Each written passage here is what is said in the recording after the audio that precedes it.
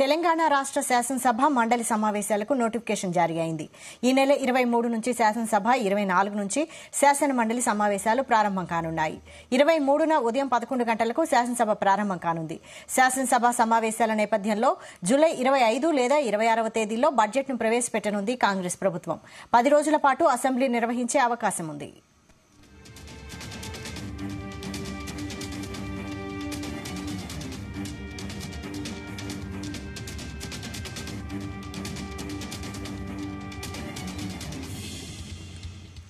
తెలంగాణ రాష్ట్ర శాసనసభ మండలి సమావేశాలకు నోటిఫికేషన్ జారీ అయింది. ఈ నెల 23 నుంచి శాసనసభ, 24 నుంచి శాసన మండలి సమావేశాలు ప్రారంభం కానున్నాయి. ఇదే అంశంపై మరిన్ని అప్డేట్స్ మా ప్రతినిధి శ్రీచరణ్ అందిస్తారు. శ్రీచరణ్, వైశాలి తెలంగాణ రాష్ట్ర శాసనసభ మండలి సమావేశాలతో నోటిఫికేషన్ 23 నుంచి శాసనసభ, అలాగే 24వ తేదీ నుంచి శాసన మండలి సమావేశాలు ప్రారంభం కానున్నాయి. 23న ఉదయం 11 గంటలకు శాసనసభ ప్రారంభం కానుంది. అనంతరం కూడా శాసనసభ సమావేశాల నేపథ్యంలో జూలై 25 లేదా 26 తేదీల్లో కూడా బడ్జెట్ ను ప్రవేశపెట్టడానికి ప్రభుత్వము 10 రోజుల పాటు అసెంబ్లీ నిర్వహించే ఆలోచనల ప్రభుత్వం ఉంది. దీంట్లో భాగంగా కొత్త రోజుగా మనం చర్చించుకున్నాము. కొత్తగా గవర్నమెంట్ 6 బిల్స్ పెట్టింది గవర్నర్ దగ్గర. గవర్నర్ కూడా ఆ బిల్స్ ఆమోదించిన విషయం తెలిసిందే. ఆ 6 బిల్స్ కూడా ఇప్పుడు ఇక్కడ అసెంబ్లీలో కూడా తీర్మానం చేసి అది ఏదైతే గవర్నర్ అప్రూవ్ చేశారో అవన్నీ కూడా బడ్జెట్ లో ప్రవేశపెట్టి కూడా వాటిని కూడా తీసుకురాకపోతున్నారు. సో ఇది 6 బిల్లులతో బడ్జెట్ సీజన్ అనేది చాలా కీలకంగా మారుతుంది. దానిలో భాగంగానే ఇప్పటికే ముఖ్యమంత్రి రేవంత్ రెడ్డి అందరు అధికారులతో కూడా సమావేశాలు అవుతున్నారు. బడ్జెట్ ఎస్టిమేషన్స్ ఇప్పుడు ఫుల్ టైమ్ బడ్జెట్ కేంద్ర ప్రభుత్వం కూడా ఫుల్ టైమ్ బడ్జెట్ ప్రవేశపెట్టనుంది. ఈ నేపథ్యంలో రాష్ట్ర బడ్జెట్ కూడా పూర్తి స్థాయిలో సమీక్షించుకున్న పెట్టే భాగంగా ఇప్పటికే అధికారులందరితో కూడా సంప్రదించి చేస్తున్నారు ముఖ్యమంత్రి రేవంత్ రెడ్డి. ముఖ్యంగా ఫినాన్స్ శాఖ ఇప్పటికీ కూడా కసరత్తు చేస్తుంది దీనిపైన.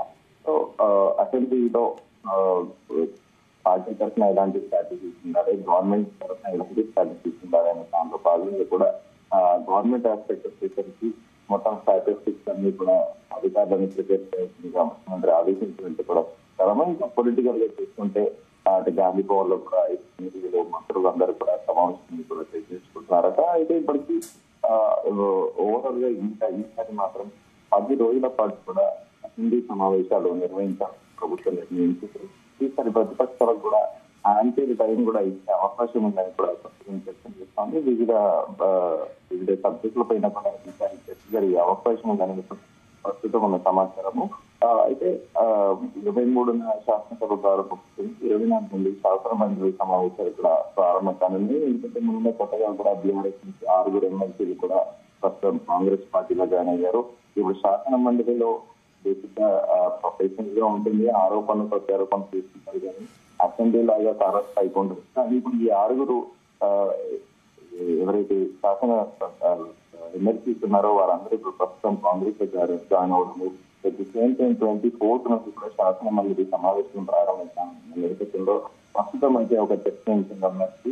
ఎందుకంటే బీఆర్ఎస్ ఉన్న వాళ్ళు ఇప్పుడు కాంగ్రెస్ లో వెళ్ళడము, శాసన మండలిలో తమ కలీగ్స్ ఎలా మాట్లాడతారు అనేది కూడా మారింది. కానీ శాసనసభ సమావేశంలో మాత్రమే యథావిధిగా కూడా ఒక యుద్ధం జరగబోతుందనేది కూడా ప్రస్తుతం అంటే డిఫెన్స్ మాటల యుద్ధం అధికార పార్టీకి, ప్రతిపక్ష పార్టీకి హారాహారిగా జరిగే అవకాశం ఉందని కూడా చూస్తోంది. ఎందుకంటే ఈ ప్రస్తుతం రైతు రుణమాఫీ అంశం కూడా ప్రతిపక్షాలు ఉన్నాయి. సో ఈ అంశం కూడా ఒకవేళ ప్రభుత్వం తరఫున శ్వేతపత్రం విడుదల చేసే అవకాశం ఉంది. దానికి కూడా తగ్గట్టుగా ప్రతిపక్షం కూడా సిద్ధమని కూడా ప్రస్తుతం మనకు అందుతున్న సమాచారం. ఖచ్చితంగా 25 లేదా 26వ తేదీలో మాత్రం బడ్జెట్ ని ప్రవేశపెట్టింది ప్రభుత్వము. 10 రోజుల పాటు మాత్రం అసెంబ్లీ సమావేశాలు జరిగే అవకాశం ఉందని కూడా ప్రభుత్వ వర్గం తెలిసిందని